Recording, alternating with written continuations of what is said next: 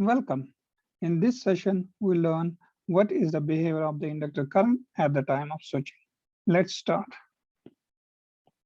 In the previous session, we learned when we connect to the source to an RL circuit, what is the behavior of the inductor current. Same way, if we disconnect this, if we disconnect a source from the RL circuit, what happens to the inductor current? In other words, what's the behavior of the inductor? How will it change with respect to the time? Now, in this session, our goal is to learn what happens to the value of the inductor current instantaneously. Means when we change the position of the switch, for example, from 1 to 2 here, or from 2 to 1. For this, what we'll use the VI relationship of this inductor. All right, we know the voltage across the inductor is given by L di L by dt. So from this, we'll get I of L, we can get as 1 by L integral minus infinity to t VL t dt. So this is the current voltage relationship in an inductor. All right.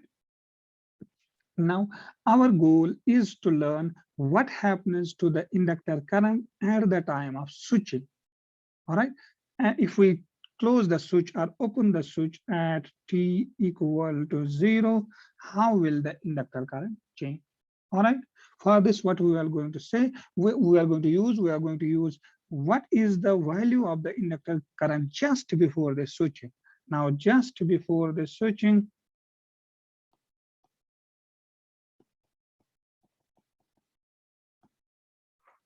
operation, we are going to denote that by 0 minus, because we are closing the switch at 0. We say just before this switching operation, we denote that by this. And just after this, after the switching operation, that time instant will denote by 0 plus. All right. So these time instants will denote by 0 minus and 0. Now, let me give you a perspective. What do I mean by 0 plus and just 0 point? What do I mean by just before the switching? For example, 0 minus can be 0 0.000001. This is almost a 0. Means I'm talking about actually the same instant, because this is almost equal to 0. Same way, we can say 0 plus is 0 0.000001. All right, this is again equal to 0, because this is very small value. So you can say this is 0. Means what is the instantaneous change of the current from the value at this time to the value at this time? All right, so that's my goal to derive here. What is the instantaneous change in the inductor current from this time instant to this time instant? Actually, it's almost equal to 0. I want to say them what is the momentarily change in the inductor current. That's what I will derive. All right.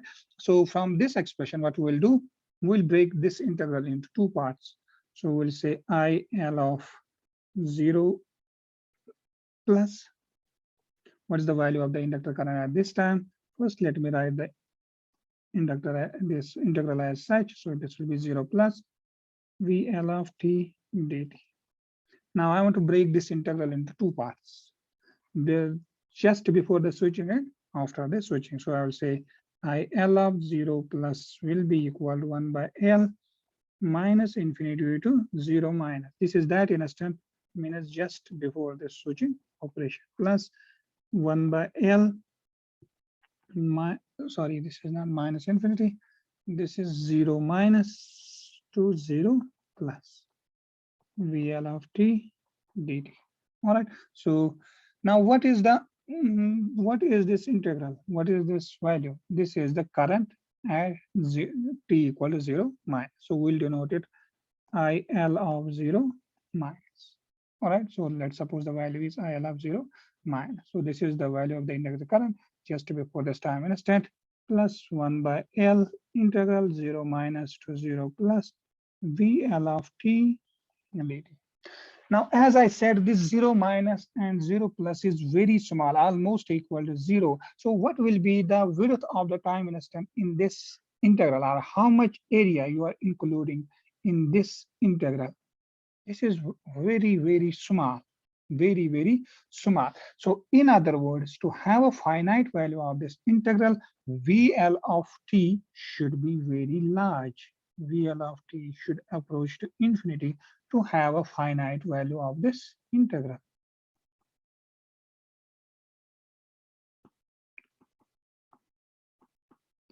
In other words, what I am saying, the VL of t should rise to large value or very large value in 0 time.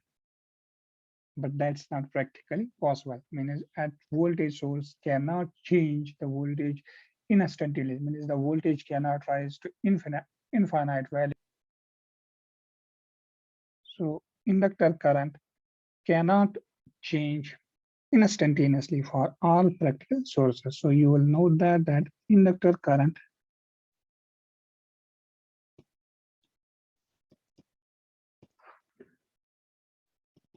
cannot change instantaneously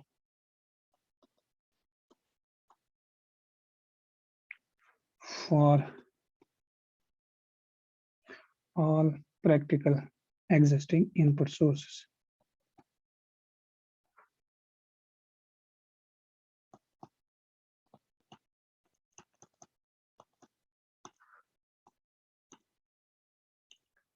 All right, so this is true.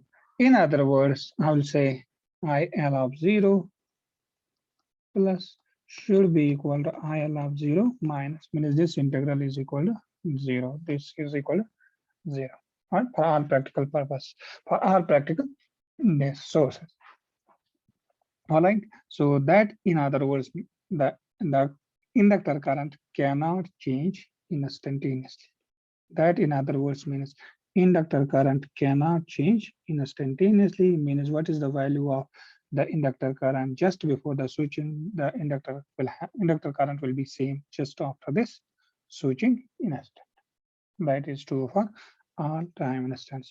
In other words, if the value of the inductor current just before the switching is I of 0, then the value of the inductor current after the switching instant, means just after the switching instant, is again the same. All right, I hope you have got the idea. But we know an ideal source that can rise to infinity in 0 time. If you remember, the source is the impulse signal. And if V of t is equal to delta t, then the inductor current changes. How? Let me first write the definition of this delta t. Delta t we know is defined as equal to infinity when t is equal to 0, and it's equal to 0 for all other values of time. So this is a very strange kind of function which is 0 everywhere except at one point where the value is infinity. So if we plot this, it looks like a very strange function. This is a function which is 0 everywhere except at one point where the value is infinity. So this is 0 everywhere. This is delta t, and you can say this is our 0 minus and this is our 0 plus, right? So we have a value of the signal rising from 0 minus to 0 plus, that's equal to infinity. So from this integral, what we'll get if we substitute delta t here in this integral, what we'll get? We'll get IL of 0 plus will be equal to IL of 0 minus plus 1 by L integral 0 minus to 0 plus delta t dt. What is this integral equal to? This will be equal to 1. Using the area property of delta function, this will be equal to 1. So this is equal to 1 by this.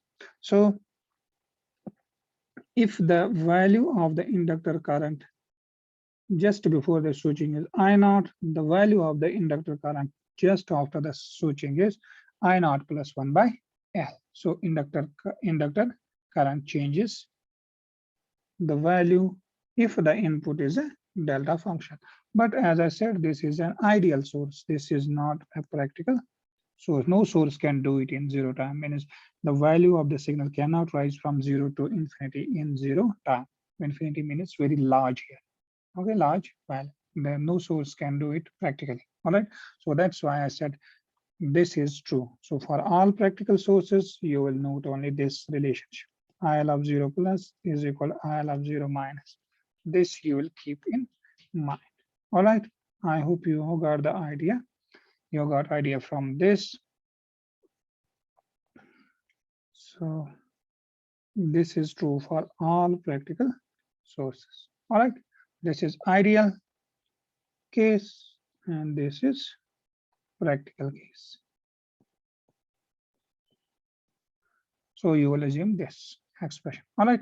Now, in the previous session, we learned one important concept. What is the energy stored in the inductor? If the current is I naught, the energy stored in the inductor is 1/2 of L I naught square, if you remember, right? So what is the value of the energy at 0 minus for a practical source? So this will be equal to, if the value of the current is I L of 0 minus square. So let's suppose this is the value of the current initially stored. So this will be IL of 0. All right. Now, same way for a practical source, we know the current does not change. So the current does not change. So the value of the energy will be same. You can see in the two cases, the value of the energy is same. Now, if it is ideal, now if we take the ideal case, means when the input is an impulse, when VL of t is equal to delta function. In that case, so if we say IL of 0 minus is equal to 0, first we're saying now let's suppose this is equal to I naught and I naught is equal to 0. Let's assume that just before the switching, the value of the current is 0. Now, what will be the value of the current just after the switching? We just saw it, it's equal to this I naught plus 1/2 of L, and that's equal to IL of 0 minus plus 1 by L. All right, so this will be equal to I naught and this will be 1 by L, but I naught we have assumed for this case is 0. So it will be 0 plus 1 by L, that will be 1 by L.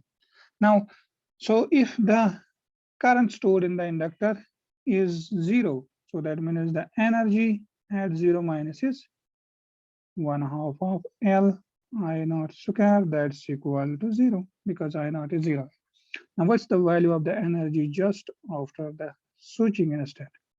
So it will be 1/2 of L I naught square. I naught here is this. So what's the value of this energy? So it will be 1/2 of L I naught is 1 by L whole square. So it will be 1 by 2L. This is very, very interesting result. So if we take the ideal source, the value of the energy stored in the inductor is this, assuming the current just before the switching is 0. All right, this is another interesting result. But for all this sources that we are going to consider and the examples we are going to take, you will only remember this, that IL of 0 minus is equal to IL of 0. This you will remember. Means inductor current does not change the value instantaneously. All right, this you will keep it in mind. All right, let me end this session here.